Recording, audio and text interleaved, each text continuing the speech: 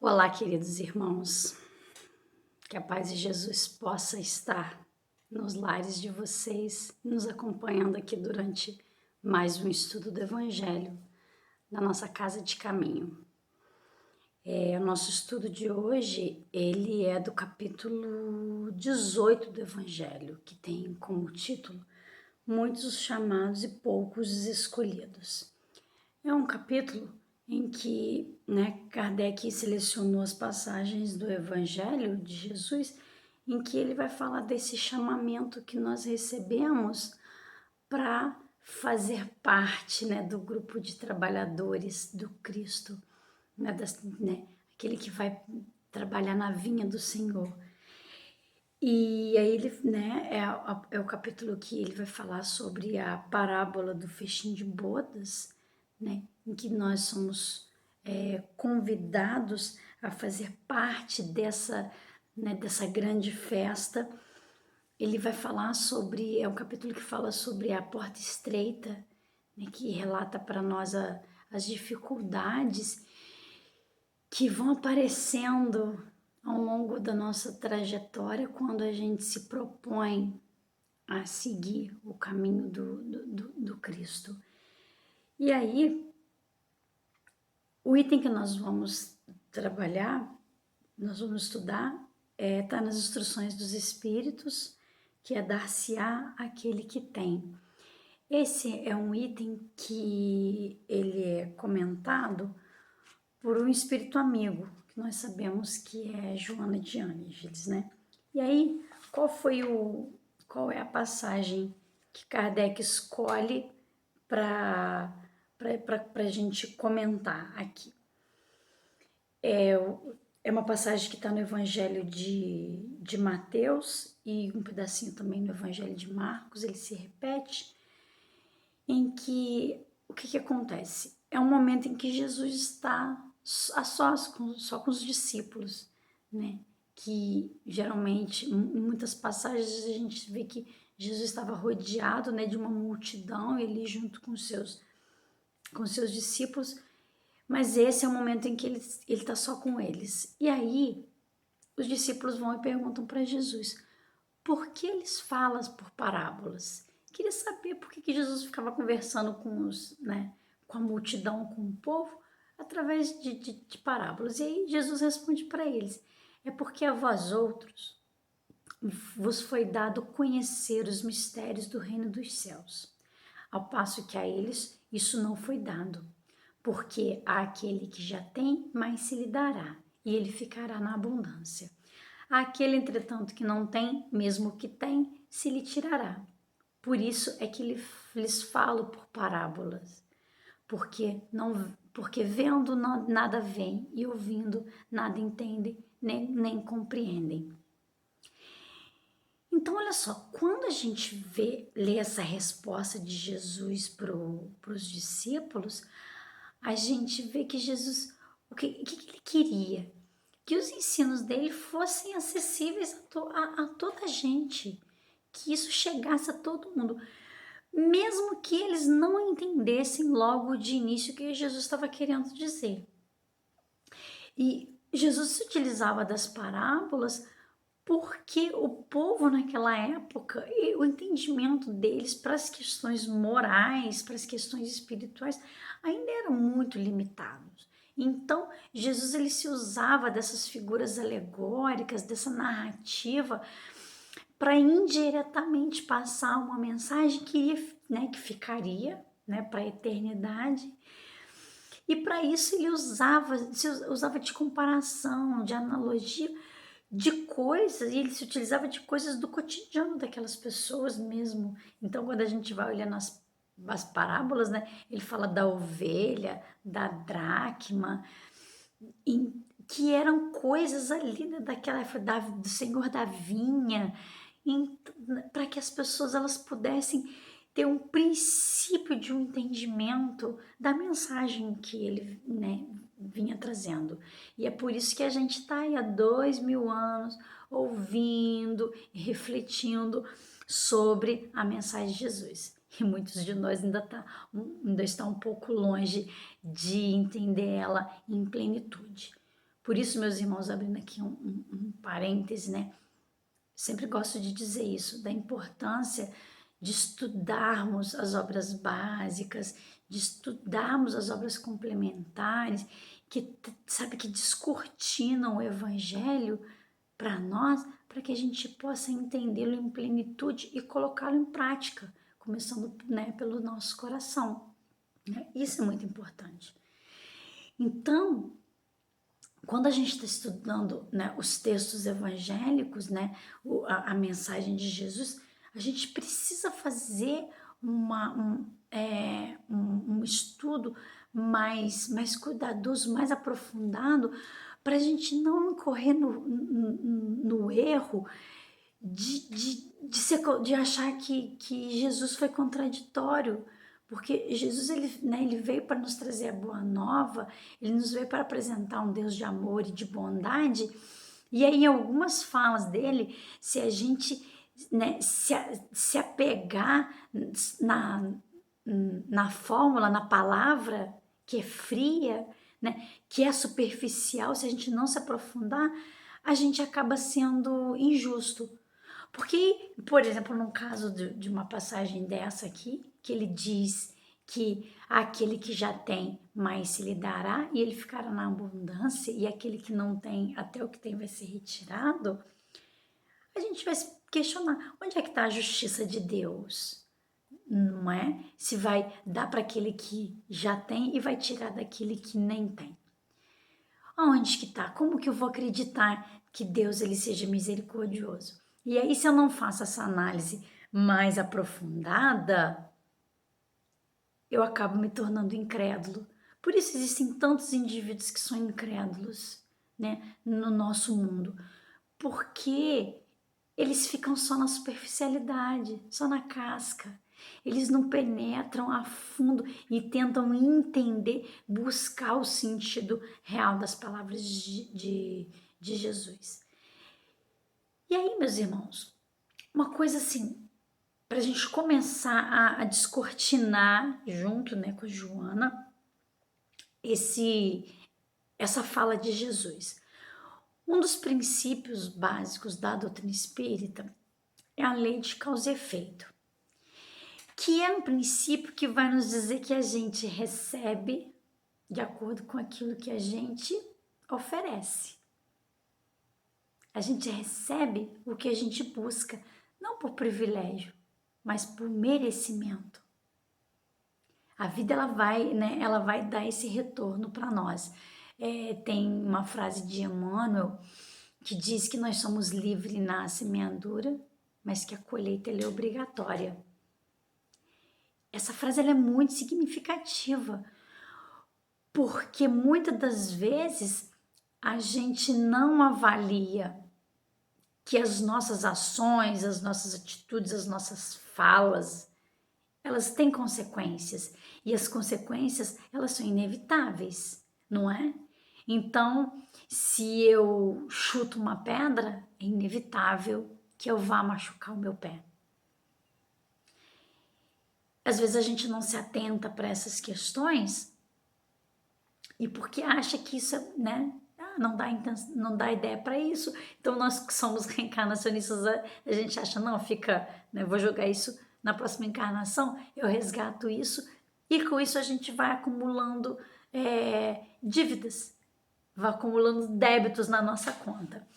Então, uma coisa então que a gente precisa entender, né, que é esse princípio básico, lei de causa e efeito.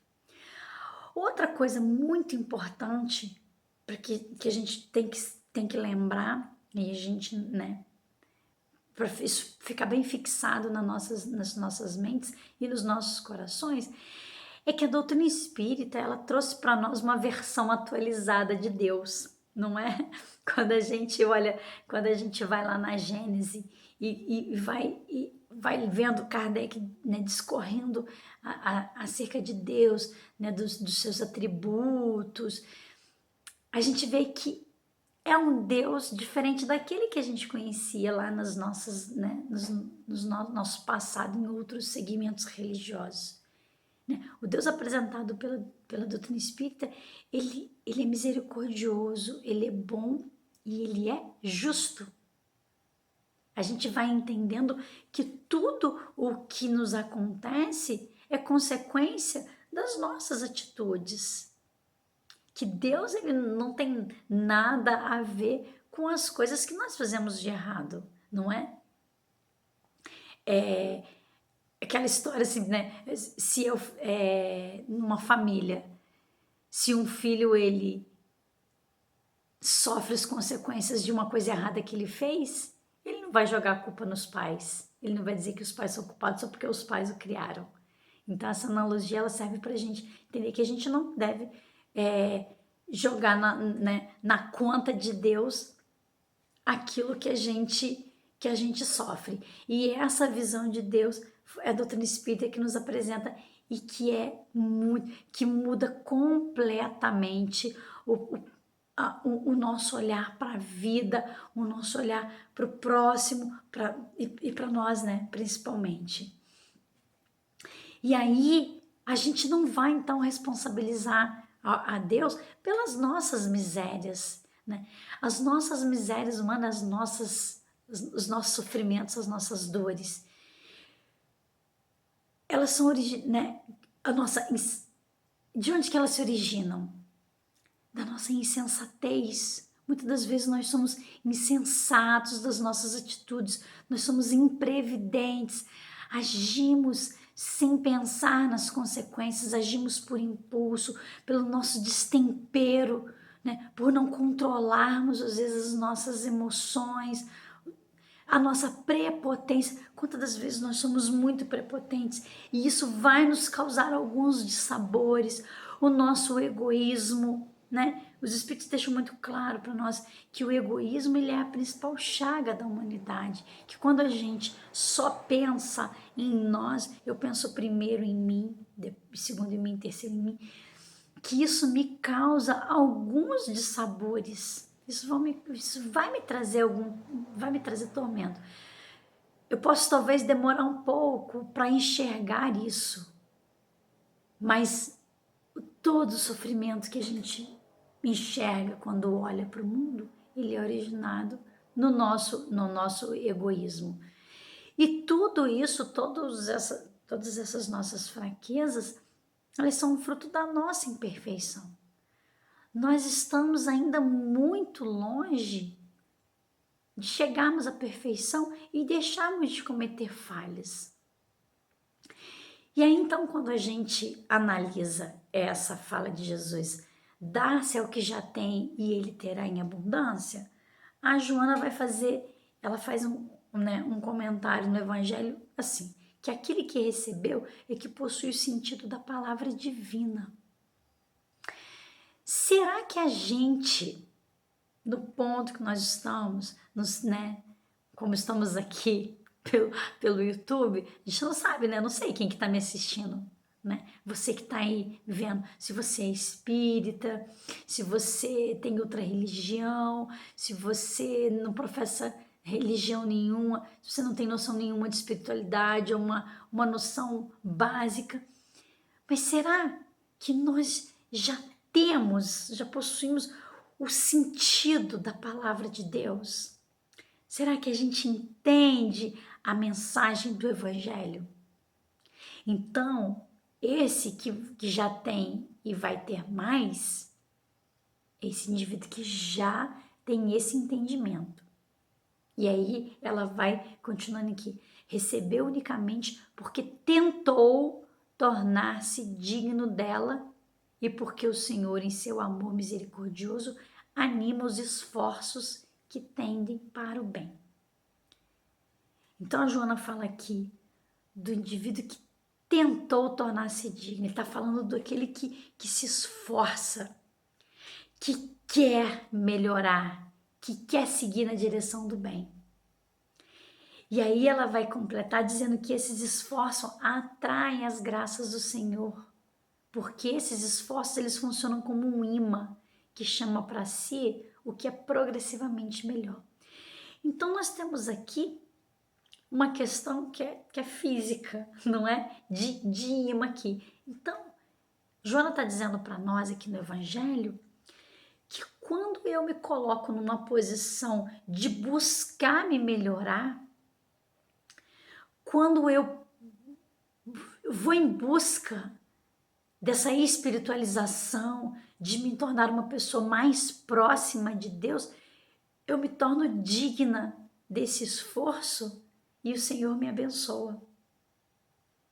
E isso vai funcionar como um imã que vai atraindo para mim só coisas boas. Ou seja, se eu já tenho esse sentido, se eu já entendo algo, se eu já tenho essa espiritualização em mim, isso vai atrair para mim mais e eu vou ter em abundância. E aí no Livro dos Espíritos tem uma questão muito interessante, que é quando Kardec pergunta assim, né, para a gente entender essa coisa de trazer para nós, né, coisas boas. Kardec pergunta aqui se a prece torna o homem melhor. Então, se eu orar, eu vou me tornar uma pessoa melhor? Olha que pergunta interessante para a gente analisar o valor que a gente dá para a prece. Se a gente realmente se dedica a essa prática como deve ser. E aí os Espíritos respondem que sim, porquanto aquele que ora com fervor e com confiança, duas coisas aqui importantes, se faz mais forte contra as tentações do mal e Deus lhes envia os bons espíritos para assisti-lo. É este um socorro que jamais se lhe recusa quando pedido com sinceridade. Olha, meu irmão, meus irmãos, que questão séria. Quando a gente ora com fervor e com confiança, sendo sincero, pedindo a Deus que a gente se melhore, para que a gente se torne pessoas melhores, a gente é assistido. Deus não recusa esse pedido. E aí, Ele manda para nós os bons espíritos que vão nos assistir, vão nos fortalecer. E na questão de baixo, ele reforça quando ele fala aqui sobre o orar bem, que o orar bem é isso, é com sinceridade, é com confiança. Só que tem uma questão aqui muito importante. Para a gente chegar nesse ponto aqui, de fazer prece pedindo a Deus que a gente se torne melhor, eu preciso me reconhecer como um ser que tenho coisas a melhorar. Porque se eu sou prepotente, se eu sou orgulhoso, eu acho que eu sou o máximo, que eu não faço mal a ninguém, que eu não tenho nada que melhorar porque eu tô legal, eu não vou. Não tem como, vou ficar estacionado. Então, por isso a gente precisa fazer, né, uma análise sempre do nosso comportamento, né? Se tem algo, né, na nossa postura que eu faço que prejudica os outros, se tem alguma coisa, né, que eu faço com os outros que se fosse alguém que fizesse comigo, se eu, né, reprovaria, se as minhas posturas, se fossem, se algumas atitudes que eu tenho, se alguém tivesse com pessoas que eu amo, da minha família, se eu gostaria. Essa análise, né, que Santo Agostinho fala para a gente do autoconhecimento, ela é muito importante para que a gente possa chegar nesse ponto aqui de realmente nos melhorar. Essa questão é a 660. E tem uma outra que é a 663, que é muito interessante também para a gente entender essa coisa, né, de quando a gente vai tendo mais nesse efeito dominó. Nesse efeito, né, uma analogia melhor é de bola de neve, né, que vai tendo mais e mais. Na 663, Kardec pergunta se as preces que a gente faz por nós mesmos podem mudar a natureza das nossas provas e lhes desviar o curso. Ou seja, as provações, as dificuldades que eu tenho que passar, né? Se eu orar, se eu fizer prece do jeito que vocês me disseram lá na outra resposta, com sinceridade, com fervor, posso desviá-las? E eles dizem o seguinte, que as vossas provas estão nas mãos de Deus e algumas há que têm de ser suportadas até o fim. Então, tem coisa que não vai ser retirado da nossa programação. porque elas são importantes para o nosso crescimento, se nós passarmos por elas da forma correta. Mas Deus sempre leva em conta a resignação. A prece traz para junto de vós os bons espíritos e dando-vos estes a força de suportá-las corajosamente, menos rude elas vos parecem. Então, as provas elas não vão ser retiradas do nosso, né, do nosso caminho, mas a gente vai suportá-las com resignação. E aí a gente vai tendo cada vez mais condições de se melhorar. E uma outra coisa aqui, quando a Joana fala sobre os esforços, sobre a gente tentar tornar-se digno, e quando ela fala que esses esforços eles funcionam como um imã, tem um texto muito interessante no livro do Leon Denis, O Problema do Ser e do Destino e da Dor. Esse é um livro fantástico, né? De uma leitura muito importante para nós, que muitas das vezes a gente acaba, né? Esses autores mais, né, os mais lá da época de Kardec, esses livros mais antigos, às vezes eles acabam caindo no esquecimento, porque a gente fica muito, né, se atém muito às novidades, né, o que tem no movimento espírita de novidade, que nem sempre vão nos acrescentar muito, vão ser úteis na nossa caminhada. Esse livro aqui ele é dividido em 3 partes, o problema do ser, o problema do destino e a terceira parte, que são as potências da alma. E aí nas potências da alma, né, Leon Denis vai falar sobre o livre-arbítrio, fala sobre a consciência, sobre disciplina, sobre o amor. Mas a primeira potência da alma que Leon Denis vem trazer para nós é a vontade. E é um texto, meus irmãos, que quando a gente lê, ele é muito intrigante, porque ele traz algumas questões muito fortes e que nos dão assim uma noção muito grande do que a vontade ela é capaz. E ele começa dizendo que a vontade é a maior das potências da alma, comparável a um imã. Olha, a Joana fala lá no Evangelho que os nossos esforços são como um imã que vão atraindo para nós coisas boas.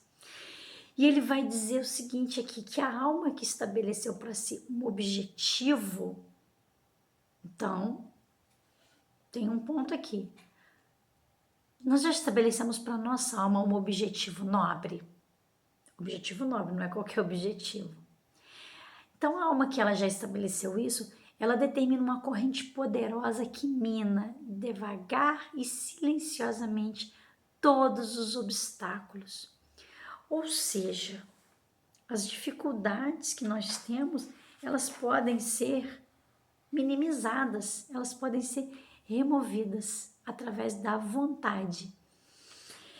E aí tem alguns itens aqui, é um texto, né, muito extenso e muito complexo, mas tem alguns itens aqui que são muito interessantes.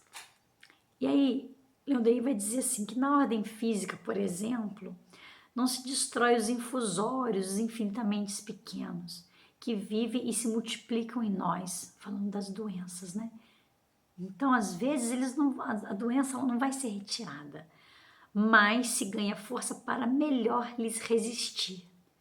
Ou seja, a gente vai passar pelas dificuldades com maior resistência, com maior resignação. Da mesma forma, nem sempre é possível, na ordem moral, afastar as dificuldades, né, as vicissitudes da sorte, mas se pode adquirir força bastante para suportá-las com alegria, sobrepujá-las com esforço mental, dominá-las por tal forma que percam todo aspecto ameaçador, para se transformarem em auxiliares de nosso progresso e de nosso bem.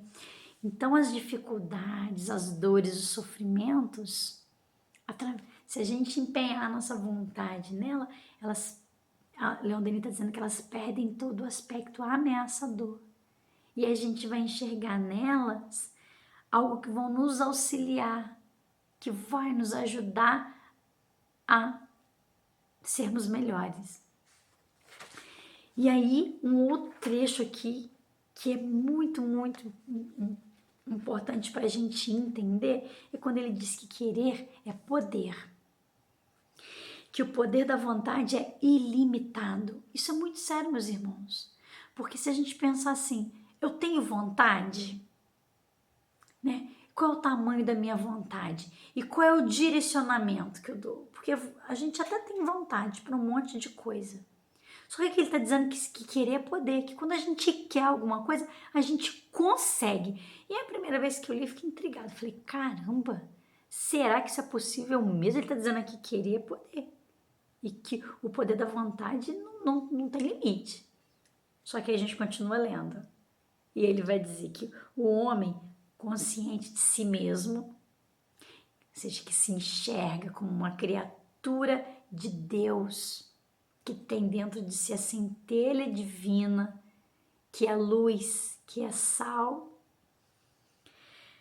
consciente de si mesmo, de seus recursos latentes, sente crescerem as suas forças na razão dos esforços. Então, quanto mais eu me esforço, mais eu vou tendo força. Sabe que tudo o que de bem e bom desejar há de mais cedo ou mais tarde realizar-se inevitavelmente, ou na atualidade, ou na série das suas existências, quando o seu pensamento se puser de acordo com a lei divina. É nisso aí que se baseia a frase celeste: a fé transporta a montanha. Ou seja, quando ele está dizendo aqui para nós que querer é poder e que o poder da vontade não tem limites, e que tudo que eu desejar vai acontecer ou agora ou ao longo das nossas existências, ele está dizendo que toda vez que eu desejar, tudo que eu desejar que for do bem e for bom, e a partir do momento que o meu pensamento estiver de acordo, em consonância com as leis divinas, seja com o pensamento de Deus, vai acontecer. Aí que tá. Para onde que está direcionada a minha vontade? Tudo que eu desejo hoje é do bem e é bom. Porque se não for, né? Aí é que a coisa vai mudar de figura. Então, esse texto, meus irmãos, ele é muito importante para que a gente entenda essa questão dos esforços que ela fala ali e que vai atrair para nós coisas boas. Por isso que quem tem vai ter cada vez mais, porque você vai construindo essa bagagem dentro de si. E aí um exemplo que a gente pode dar, outro exemplo que a gente pode dar com relação a isso, é sobre a paz. Todo mundo deseja ter paz, não é? A paz interior é uma coisa que muitos de nós passam às vezes uma existência inteira buscando. Só que para a gente construir isso, você tem que estar disposto a fazer essa construção dentro de ti, dentro de si. E como é que se constrói essa paz?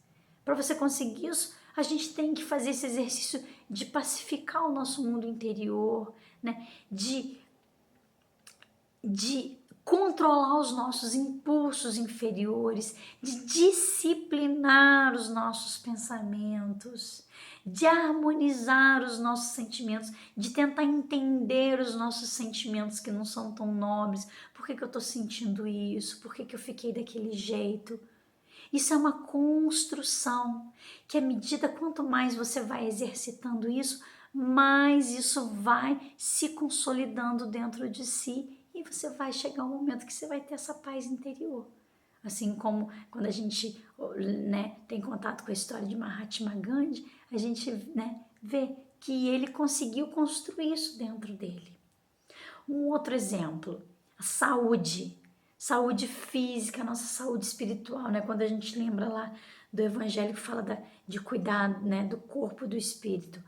Quando a gente se preocupa em cuidar do nosso corpo, em ter uma boa alimentação, em fazer atividades físicas, e aí em contrapartida disso, fazer prece, ter leituras saudáveis, né, para controlar os nossos desejos que são inferiores, né, que estão ligados somente a satisfazer a matéria. Quando a gente procura viver com simplicidade, cuidar do corpo e da alma, a gente vai adquirindo cada vez mais essa saúde física e espiritual. Isso vai num crescente nas nossas vidas. Então, meus irmãos, espero que esteja ficando claro para nós essa questão, né, daquele que tem, vai tendo cada vez mais. Então, se eu tenho essas noções de que eu preciso me espiritualizar, eu preciso seguir nessa minha trajetória para me tornar um espírito puro, eu vou cada vez mais consolidando isso dentro de mim. E aquele que não tem? Aquele que não tem, até o que tem, lhe será tirado. Como é que a gente pode entender isso? Deus, ele não é mau. Deus, ele não é injusto. Ele não vai retirar das criaturas o bem que eles já conquistaram. Aquilo de bom que eles já fizeram. Isso não é retirado.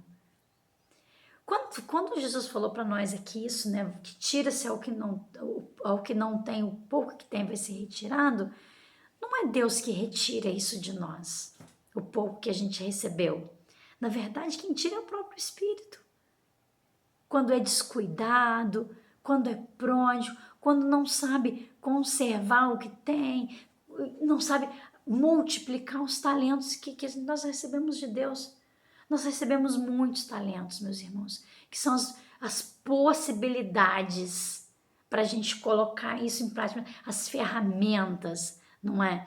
Quando a gente eu vou fazer uma reforma numa casa, eu vou lá e eu ofereço para o profissional que vai fazer isso, né?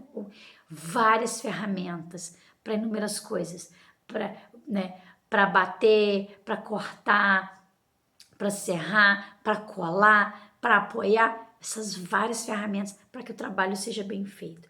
Nós recebemos, quando encarnamos, agora e nas outras encarnações, diversas ferramentas, diversas potencialidades para que a gente trabalhe em prol de nós mesmos. Só que aí, se a gente não faz, então, se a gente desperdiça isso, a gente não conserva e perde. E aí Joana vai chamar isso de antítese figurada, não é? Ou seja, essa contradição aí de uma forma, né? Essa analogia para a gente entender. Então, um exemplo para a gente entender isso. Imagina o indivíduo que não leva a sério o seu trabalho, que não chega na hora, que falta dia de trabalho, que não cumpre com as tarefas que são, que são designadas para si. Se esse indivíduo ele perde esse emprego, ele pode culpar a sorte, ele pode culpar a Deus, ao universo, por isso ter acontecido? Não, a culpa é dele mesmo, porque aquilo que ele tinha, ele perdeu, porque não cuidou. Agora, aquele indivíduo, né, que se qualifica, que se dispõe a fazer as coisas certinhas, a cumprir com as suas obrigações, ele vai ganhando sempre mais oportunidades, certo? E ele vai crescendo. Então, vamos pensar aqui. Se a gente desperdiça o tempo, os recursos, não usa os talentos que estão disponibilizados para nós, para nossa evolução, e isso a gente, né, e usa em prol da coletividade, do bem comum, a gente pode perder esses recursos que foram mal utilizados, né? E uma outra encarnação, a gente pode não ter isso. Quer ver, meus irmãos? Um exemplo muito, muito simples. Nós vivemos, né, falando aqui nós, que vivemos na região do Sudeste, por exemplo. Se a gente for comparar com outras regiões do Brasil, nós temos muitas facilidades com relação ao acesso a recursos, a educação, a saúde, por mais que seja ruim, por mais que nós temos, né, serviços deficientes, mas se a gente comparar com outros lugares do Brasil e do mundo, nós vivemos numa região próspera, né, que não nos falta água, não nos faltam às vezes, né, os recursos tecnológicos. Imagina se a gente desperdiça isso. Numa próxima encarnação, eu posso nascer num lugar onde vai me faltar os recursos básicos, porque eu não valorizei, porque eu desperdicei, né?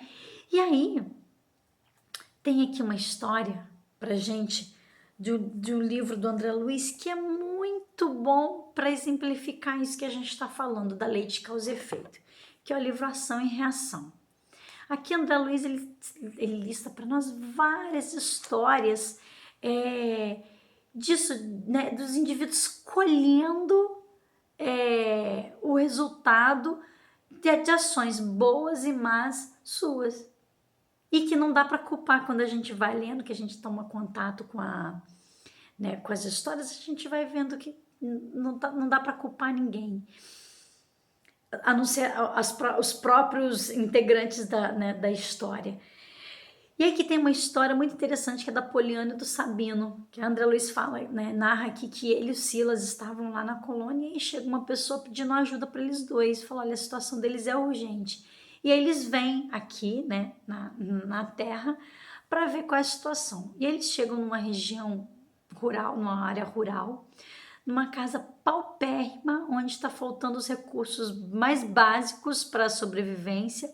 E eles veem uma mulher muito debilitada, deitada numa rede de palha no chão, né, junto de uns farrapos, de uns trapos, e do lado dela um anão paralítico, com idiotia, surdo e mudo. Olha a situação. E eles olham né, e aí o Silas identifica que ela tá com a área do coração bem debilitada, que ela pode a qualquer hora, né, vir a desencarnar. Só que ela não pode porque o Sabino, que é o filho dela, deficiente, tá ali, depende totalmente dela e ele precisa continuar reencarnado. Então eles dão ali uns passes magnéticos nela, né? Eles têm uma jarra de água lá, eles magnetizam aquela água e fazem ela sentir sede para que ela possa, né, fisicamente se sentir um pouco restabelecida até o dia amanhecer e eles conseguirem encaminhar alguém, um samaritano, para auxiliá-la. E eles fazem, né, tomam ali as providências para que ela, né, se recupere. E aí eles começam a contar para André Luiz qual é a situação deles dois. Aquele espírito que está ali, aprisionado naquele corpo totalmente debilitado, e né, eles falam da aparência monstruosa dele, que ele mede 90 centímetros só, com um rosto muito deformado e tal. E aí eles começam a contar para o André Luiz, e aí abre-se a tela mental ali, e eles começam a ver o que se passa na mente do Sabino. E ele era, né, eles veem que ele era um fidalgo que vivia num palácio cercado de pessoas que tinham muito dinheiro, cercado de muito luxo, muito ouro, sabe? Uma mesa farta com comidas maravilhosas ao lado de uma mulher que é a Poliana. E que eles, apesar né, de viverem nesse luxo todo, de terem todas essas facilidades, eram cúmplices em vários crimes. E aí, né, o André Luiz ele vai citando aqui para eles, né? Homicídios, rebeliões, extorsões, calúnias, falências, suicídios, abortos, tudo isso eles eram envolvidos, eles faziam muito mal às pessoas, sabe? A história deles é manchada de sangue. E eles falam que quantas viúvas e crianças que não perderam as suas casas por conta da maldade dele, que despejava, que roubava, que mandava matar para ficar com os bens das pessoas. E aí, ou seja, eles perderam até o que eles tinham foi tirado deles, que eram todas essas facilidades para fazer o bem. Porque quando nós temos ao nosso dispor recursos financeiros, riqueza, isso não é para ser utilizado só em benefício próprio. Isso é para ser utilizado para trazer o bem-estar para os outros também. Então, até aquilo que eles tinham foi tirado. Porque o que eles tinham não era real, que são os valores da alma. Então, essa história, meus irmãos, mostra que eles perderam a oportunidade que eles tiveram. E aí foi retirado tudo deles. Estão vivendo agora nessa situação de penúria para resgatar tudo aquilo que eles, para valorizar tudo aquilo que eles desperdiçaram. E aí a gente tem que se perguntar como que nós estamos nessa história toda. Nós somos aqueles que estamos buscando consolidar valores espirituais em nós ou nós estamos afastando-se de nós? O que nós temos feito com todas as oportunidades que temos recebido de Deus? Há 2000 anos nós estamos aí ouvindo a mensagem do Cristo, indo e vindo nas sucessivas encarnações, encarnando, reencarnando e tendo várias oportunidades em vários locais do planeta. O que nós temos feito com tudo isso? As nossas posturas elas são as mais variadas. E se aqueles indivíduos que nem compreendem a mensagem evangélica, ignoram completamente, não dão importância e vivem só uma vida da matéria, né? Preocupados em satisfazer somente os desejos da matéria, aquilo que é passageiro, porque, né, o corpo vai passar, o que permanece é o espírito. A gente tem aqueles indivíduos que ouvem a mensagem evangélica, mas não estão preparados para ela. Vão viver essa vida da matéria e aí os problemas da vida, as dores, né, que atingem a todos nós, os absorvem e desestruturam, desequilibram. São aqueles indivíduos que não conseguem lidar com as dificuldades da vida porque não tem uma base, que não mantém essa conexão com Deus. E aí nos momentos de dificuldade não tem a que se apegar. Existem aqueles outros indivíduos que ouvem, que gostam, que acham bonito, que quando vão a templos religiosos, independente de quem seja, se emociona, acha aquilo tudo muito bonito, mas não vivencia. Não, né, sabe, no dia a dia não muda a sua postura, não muda os seus hábitos. E aí tem aqueles indivíduos, né, que ouvem, né, que tem contato com a mensagem, que ouve, que estuda, isso ressoa dentro de si, isso faz sentido. São os indivíduos que, por mais que estejam longe da perfeição, mas já existe o esforço de ser diferente. Esforço, que a Joana fala lá no início da mensagem. Já quer ser diferente, já não quer mais cometer erros, já não quer mais viver na ilegalidade, na imoralidade. E aí se esforça para ser diferente. E aí, meus irmãos, então a gente tem que pensar nisso, no tanto que nós estamos recebendo, no investimento que o Cristo faz em cada um de nós. Ele conta conosco para que nós sejamos as mãos deles, os pés deles, multiplicando os talentos.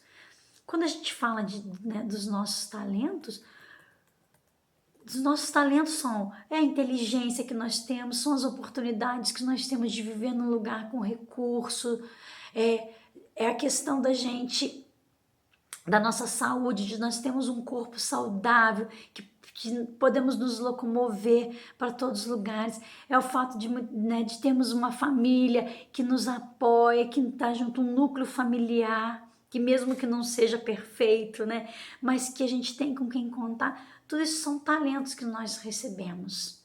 E nós precisamos multiplicar esses talentos em prol da melhoria. Jesus recomenda, então, por isso que a gente persevere no bem. Para que a gente se mantenha conectado com Deus, com os bons espíritos, para que esses valores eles sejam cada vez mais consolidados dentro de nós, para que isso vá se fortalecendo. Quanto mais disciplina, mais esforço e renúncia em prol da obra da nossa regeneração, maiores vão ser os ganhos que nós vamos ter em paz, em serenidade, em prosperidade. E isso, meus irmãos, vai aumentar as nossas possibilidades de alcançarmos a felicidade e de alcançarmos a paz.